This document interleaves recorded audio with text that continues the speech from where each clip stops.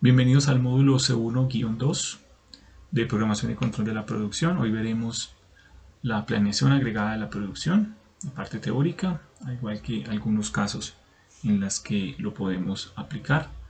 En el módulo anterior terminamos el concepto de programación y control de la producción. Hoy entonces nos movemos a planificación agregada de la producción y su brazo ejecutor, por decirlo así, que es el plan agregado de producción. Esta planificación agregada de la producción también es conocida como planeación de las ventas y de las operaciones, Sales and Operation Planning, también conocida como no solamente planificación, sino plan agregado de producción. También podría uno encontrarlo en diferentes libros o en diferente literatura, ¿sí? Entonces se está refiriendo exactamente a lo mismo. La planificación agregada, ¿qué quiere decir ese término agregado? Quiere decir que yo estoy considerando es un grupo, estoy considerando es una familia. Entonces, en este caso, planificación agregada es que yo voy a hacer un pronóstico de una familia de productos. Por ejemplo, Noel, digámoslo así, se puede llegar a un tipo de planificación, puede decir, en los 6 meses yo voy a producir X cantidad de galletas, ¿sí? En ese momento, para efectos de una buena programación, no se entra en detalles de qué tipo de galleta, sino en esa familia que es galletas. ¿Y por qué? Porque es mucho más fácil hacer pronósticos, hacer esa planificación de familias, ya que esas familias comparten características muy comunes. Por ejemplo, las galletas todas utilizan, por decir algo, leche, todas utilizan harina, azúcar, utilizan, por decir algo, un mismo horno de producción, tienen más o menos los mismos tiempos de secado, por decirlo así. Entonces, ir a un detalle o tratar de discriminar desde el principio, o ir a ser muy específicos en qué tipo de productos, esa planificación se vuelve un poco complicada. Por lo tanto, es mucho más fácil hablar de familias. Entonces, planificación agregada es planificación de una familia de productos. ¿De acuerdo? ¿Y en qué consiste? Esa planeación agregada consiste en acoplar la oferta de la producción con la demanda a un mediano plazo. Eso nos lo dice un autor muy conocido que es Schroeder, pero que en pocas palabras o de pronto de una manera un poco más sencilla, ese acoplar lo podríamos traducir en balancear, ¿sí? Que balancea la demanda y la capacidad de producción de manera que los costos sean minimizados. Aquí hay dos términos importantes que son demanda y capacidad de producción. Demanda, y la estamos tomando como esa parte de ventas, o esa parte, digámoslo así, de necesidades de los clientes que me están pidiendo esos productos, ¿sí? Y mi capacidad de producción es lo que yo estoy teniendo en cuenta dentro de la planta, y es precisamente cuántos productos soy capaz yo de producir en un determinado tiempo, ¿sí? Entonces miren que son dos estrategias. Ahorita nos decían, trata de balancear la demanda con la capacidad productiva, es decir, lo que a mí me están pidiendo con lo que yo soy capaz de producir. Por ejemplo, me están pidiendo 100 unidades de algo que yo produzco, pero mi capacidad productiva es de 200. Por lo tanto, ya tengo 100 aseguradas. ¿Qué puedo hacer con las otras 100? ¿Cierto? Sería entonces una demanda, digámoslo así, de ventas donde puedo yo encontrar un mercado para ese sobrante. Pero el problema es, por ejemplo, que la demanda son 100, pero mi capacidad productiva son 50. Entonces, ¿qué hago yo para poder cumplir con esa demanda? Hay varias estrategias, las cuales ya vamos a ver. Entonces, las que son estrategias de demanda de ventas, las llamamos estrategias externas. Las que están adentro de mi organización o dentro de esa fábrica se llaman estrategias internas. Vamos a hablar un poquito de la demanda o de esas estrategias externas, que son acciones encaminadas a la modificación del comportamiento del cliente, ¿sí? Yo trato de cambiar ese comportamiento, trato de convencerlo de que adquiera pues, mis productos, los cuales, digámoslo así, pueden tener o deben tener algún diferencial. ¿Por medio de qué? De publicidad. de promoción, de precios bajos, por decirlo así, en ese momento de introducirlos, la innovación, otros usos y cualquier otra estrategia comercial. Entonces estoy tratando de ganar clientes, de poder tener un mercado para mis productos. La pregunta es, ¿cómo? Bueno, hay dentro de esas estrategias comerciales, ¿sí? Y dentro de estas que estamos viendo aquí, les voy a comentar un poco de cómo podríamos hacerlo. Solamente, pues, obviamente son algunas. Yo no sé si seguramente ustedes lo saben, la parte de licitaciones está cobrando una importancia muy relevante. Esto, por ejemplo, son unas páginas de licitaciones de empresas privadas.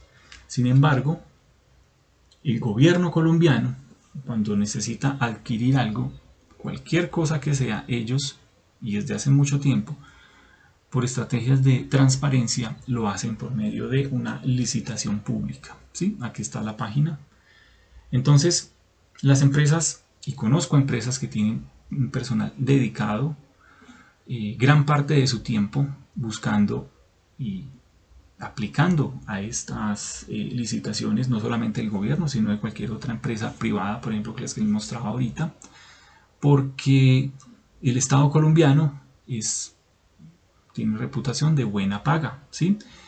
Y no solamente eso, sino que ellos piden de todo. Ellos piden desde uniformes para el Instituto Colombiano de Bienestar Familiar, computadores para las escuelas, cualquier tipo de productos, inclusive servicios, ellos lo deben, el gobierno colombiano lo debe licitar. Entonces se vuelve una ventana muy importante para esa capacidad productiva que yo tenga, ¿sí? Buscar oportunidades donde mi producto o servicio pueda ser ofrecido, pueda ser vendido.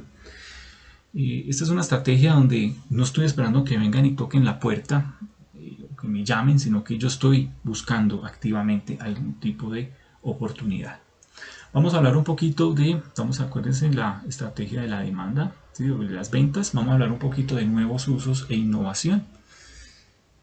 Este es uno de tantos casos de Procter & Gamble en el que hace tiempo en sus botellas de Nikil, un popular remedio para la congestión, que es este de aquí, alertan a los consumidores que podría causar algún tipo de somnolencia, como algunos otros medicamentos que muy comúnmente nosotros consumimos. Como muchos de esos usuarios lo empezaron a usar como somnífero, ¿qué hizo Procter & Gamble? Vio en eso un nuevo uso. Cambiaron un poco la fórmula, pero manteniendo el ingrediente activo, y lo renombraron Skill. Entonces tomaron un producto, se dieron cuenta que también puede servir para otra cosa, ¿sí? Y hicieron de ese producto un nuevo producto, o sea, con un nuevo uso, ¿sí? Esta es una estrategia con una inversión mínima, ya que, digámoslo así, la capacidad instalada ya está lista, los canales de distribución ya están listos, el equipo de investigación y desarrollo para hacer este cambio de una manera segura pues ya está ahí, es un personal de planta, los laboratorios están montados, y etcétera, etcétera. Entonces hacer un cambio, hacer una conversión de un producto a otro donde realmente es un cambio muy pequeño, pues representa una ventaja muy grande para una empresa, ya que por muy bajo costo casi no está obteniendo un nuevo producto con un nuevo uso.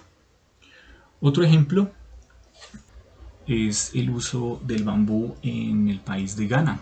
La especie que ellos tienen allá tiene un diámetro muy pequeño y su resistencia pues no es mucha, por lo tanto es difícil utilizarlo en la parte de construcción o en la parte de edificación o algún tipo de estructura, ¿sí? Por lo tanto su uso generalmente ha sido limitado a las artesanías, y por lo tanto no tiene mucho valor agregado, por decirlo así. Entonces, ¿qué hacen ellos? Simplemente empiezan a buscar un nuevo uso del que ellos han estado inclusive acostumbrados por muchísimo tiempo. Llega una idea y deciden empezar a hacer marcos de bicicleta con este tipo de bambú. y han sido un caso de éxito pues en este negocio. Otro caso es, por ejemplo, la fibra de fique, la cual producimos aquí en Caldas, donde ya no la están utilizando en almacenamiento de granos o en los bultos, por decirlo así, de esos donde se almacena arroz o cualquier otro tipo de grano, sino que gracias a un diseño ya se están empezando a utilizar para almacenar productos, jabones en este caso, donde esa fibra ya empieza a cobrar un valor muchísimo más apreciable, ¿sí? Y donde ya empiezan a entrar unos conceptos, por ejemplo, de ecológicos o de medioambientales al utilizar fibra natural, que ya empiezan entonces a darle valor a ese producto. Al extraer la fibra se obtienen ciertos químicos que también están siendo utilizados en los jabones que se están almacenando con esa misma fibra. Entonces tenemos aquí dos casos, me parecen muy relevantes, de dos productos que, digámoslo así, han sido vistos con muy poco valor, ¿sí?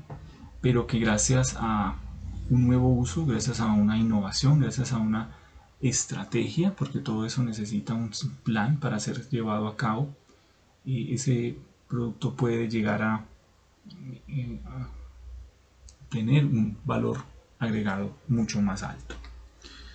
Quiero hablarles ahorita un poquito no solamente de la parte de nuevos usos, sino también de la parte de innovación, y es de dónde se generan o cuáles son esas situaciones que generan esa innovación o esas nuevas ideas.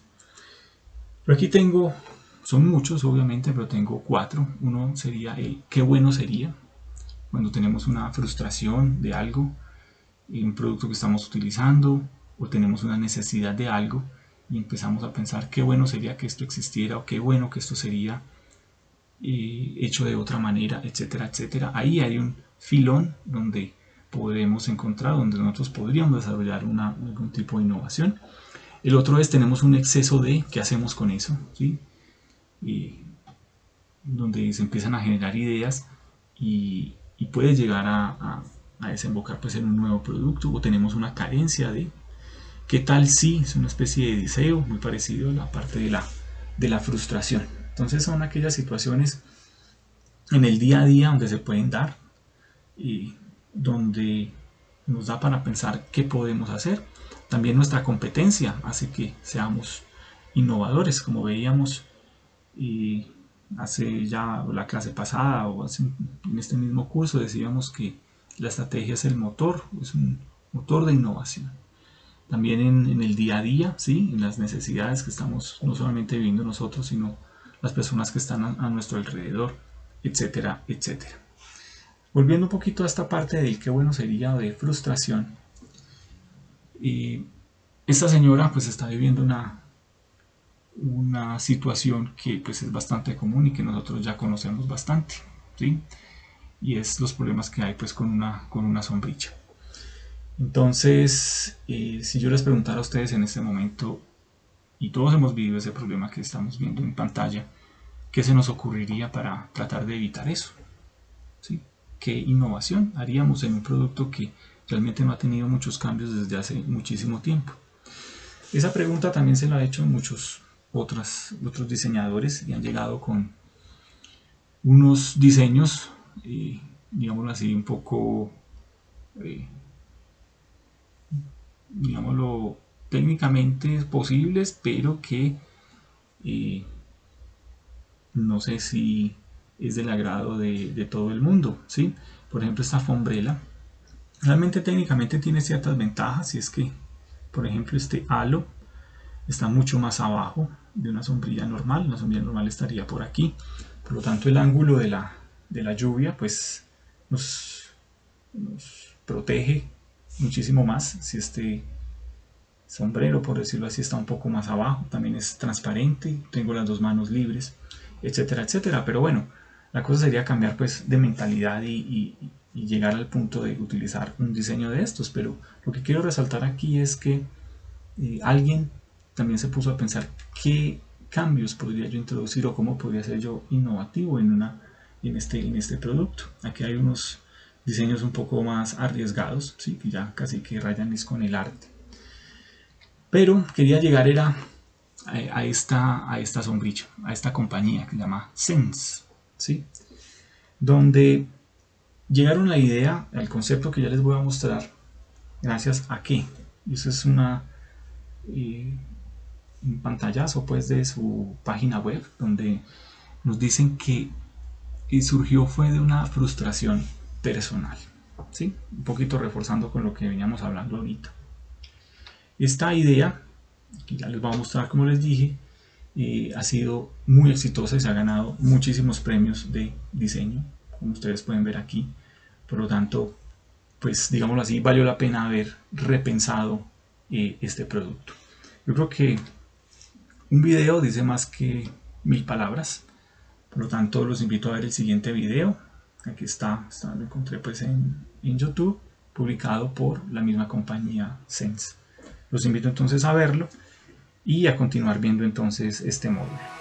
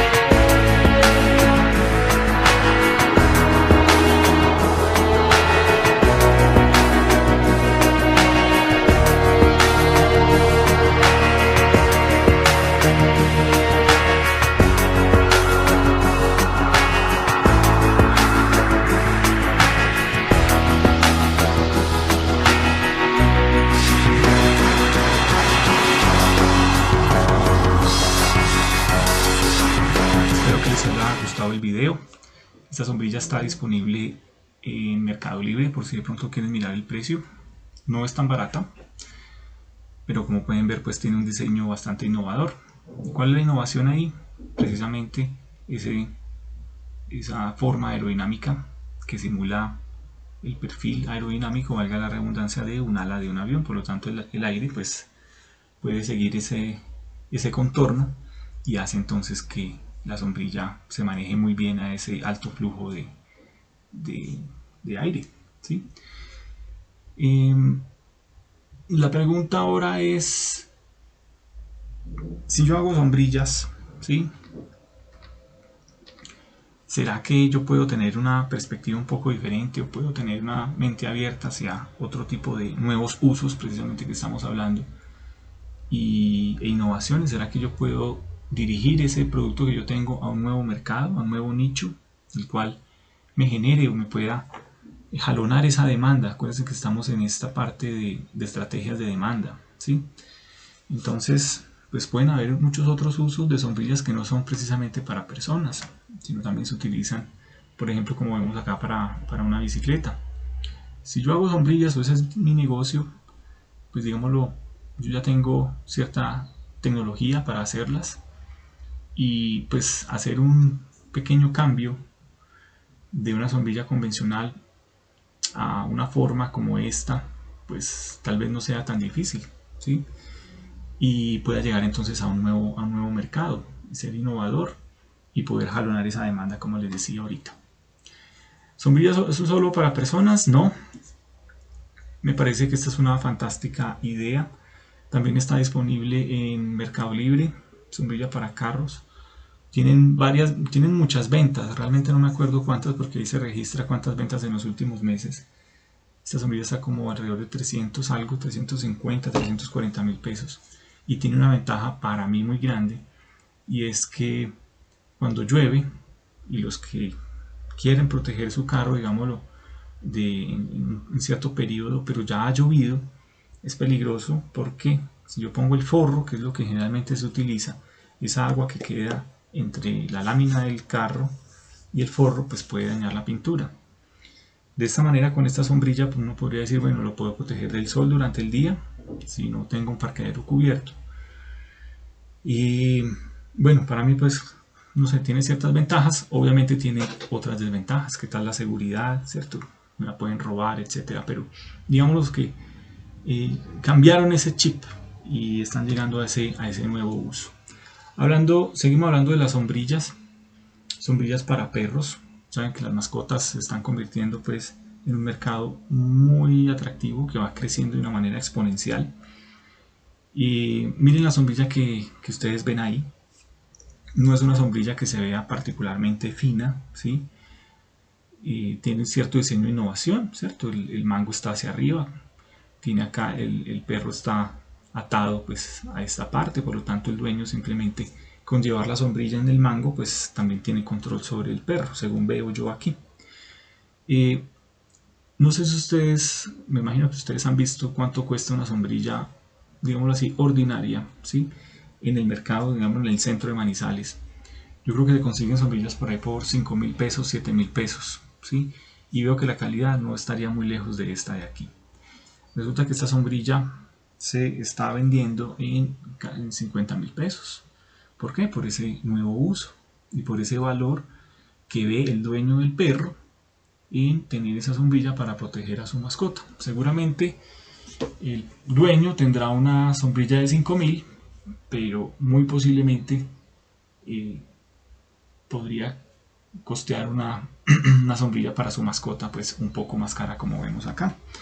Hablando un poco de mascotas, si sus negocios son los cepillos y digamos así un mercado que ya está bastante saturado, ¿qué tal si usted hace un tipo de innovación como este, donde también está dirigido por ejemplo a mascotas y ese cepillo cobra, gracias a ese diseño puede cobrar, o sea, tiene un valor muchísimo más, se puede percibir mucho más, por lo tanto yo puedo cobrar un poco más y como vemos aquí, un cepillo pues para gatos, 52.000 pesos, etcétera, etcétera. ¿Sí? Son nuevos usos y buscando nuevos mercados y precisamente jalonando esa demanda para que más adelante, la que vamos a ver ya a continuación, que son las demandas ya internas o de capacidad, pues tengan cosas que producir, ¿cierto? Yo necesito demanda para poder producir. Uno de los últimos ejemplos que yo les hablaba de esa que dispara esa innovación era utilizar los excesos. Este es un gran, como le decimos, parche de plástico que hay en el océano Pacífico. Ustedes ven aquí una persona, es un buzo, y eso es un problema, ¿no? Como lo sabemos muy bien, el plástico que está llegando a nuestros océanos.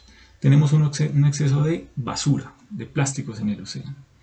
Adidas entonces toma esta idea y recoge ese plástico precisamente de ese sitio, o sea, que está en el Océano Pacífico, y desarrolla un nuevo zapato. Cada par, como lo ven aquí, reusa 11 botellas plásticas. Ya se vendieron 1 millón en el 2018 y yo sé que ya se lanzaron nuevas versiones del Ultra Boost 2. ¿Sí? Este es un ejemplo de cómo llegamos a una innovación por medio de un exceso que tenemos, en este caso, un exceso de basura. Estos zapatos también se pueden consultar, pues, como por curiosidad, en cuánto están en Mercado Libre, por ejemplo. También les digo, no son baratos, pero resulta que Nike aquí está ganando por varias partes. Una, vendiendo pues su producto, que obviamente ya tiene una ganancia. Segundo, por la imagen que ellos quieren reflejar de que son una empresa que está contribuyendo al medio ambiente, ¿sí? Entonces, y tercero, están en las noticias. Estamos hablando de de Adidas en este momento. Entonces hace que sea una propaganda, entre comillas, gratis, ¿sí? Ellos están ganando mucho, o una compañía puede hacer mucho sacando un producto de este tipo, como lo está haciendo pues Adidas. Ya los ejemplos, pues ustedes ya tendrán muchos también en su cabeza o en su experiencia. Simplemente quería traer estos para reforzar un poco la idea de esta estrategia de demanda, donde ya hemos visto a través de los módulos que hemos asistido que hay demandas de precio, promociones y ofertas, reservas anticipadas, ¿sí? Estoy asegurando al cliente un anticipo, por ejemplo, propaganda y publicidad, nuevos usos e innovación. Estos dos son los que acabamos pues de ver. Entonces todas estas estrategias me están creando un mercado, están creando una necesidad, unos productos precisamente a producir. Por lo tanto, ya terminamos esta parte de estrategias externas y entramos al plato fuerte de este primer corte o esta primera parte de la asignatura, que son las estrategias internas, ¿sí? Como les dije muy al principio, y yo esta parte de demanda y de estrategias empresariales, etcétera, etcétera, yo le quería dar mucha fuerza, era porque muchas veces nos concentramos en esta parte, pero no estamos mirando un poco por la ventana y sabiendo también qué está pasando afuera, de dónde llegan esas demandas, o sea, qué puedo hacer yo para cambiar la mentalidad del cliente y poder tener más demanda y por lo tanto tener productos los cuales producir. Respecto a la capacidad productiva, tengo también, al igual que las estrategias externas, tengo varias estrategias las cuales puedo implementar de manera interna, ¿sí? El primero de ellos la primera de estas estrategias es el manejar los niveles de inventario, manejar los niveles de mano de obra, los niveles de subcontratación y los niveles de trabajo extra o de medio tiempo. Como les decía, no hace mucho. La de programación agregada a la producción trata de balancear estas dos cosas, lo que me están pidiendo y lo que yo soy capaz de producir. Para ambos puntos yo tengo unas estrategias externas, estrategias internas. Vuelvo y repito también lo que les dije hace un momento. Si me están pidiendo 100 y yo produzco solamente 50, entonces yo debo aplicar algún tipo de estrategia para poder cumplir con esa demanda y sobre todo, como lo decía la definición, que el costo sea mínimo, ¿sí? Entonces, a lo que nos vamos a dedicar el resto de estas clases que vienen es a estas estrategias internas, las cuales explicaré ya pues en el siguiente módulo, en el que manejaremos cada una de ellas y miraremos cuáles son sus costos asociados y cuál es el costo final. Pero bueno, también tendremos en cuenta algunos otros factores, no solamente el costo, sino hay otros factores muy importantes al tener en cuenta y seremos capaces entonces de comparar cada una de estas estrategias o combinación de estas estrategias y poder escoger entonces la más óptima según nuestro tipo de negocio o según lo que nosotros produzcamos. Entonces esta parte de aquí, estas estrategias internas, ya la dejo entonces para el siguiente módulo. Espero pues que haya sido claro y muchísimas gracias.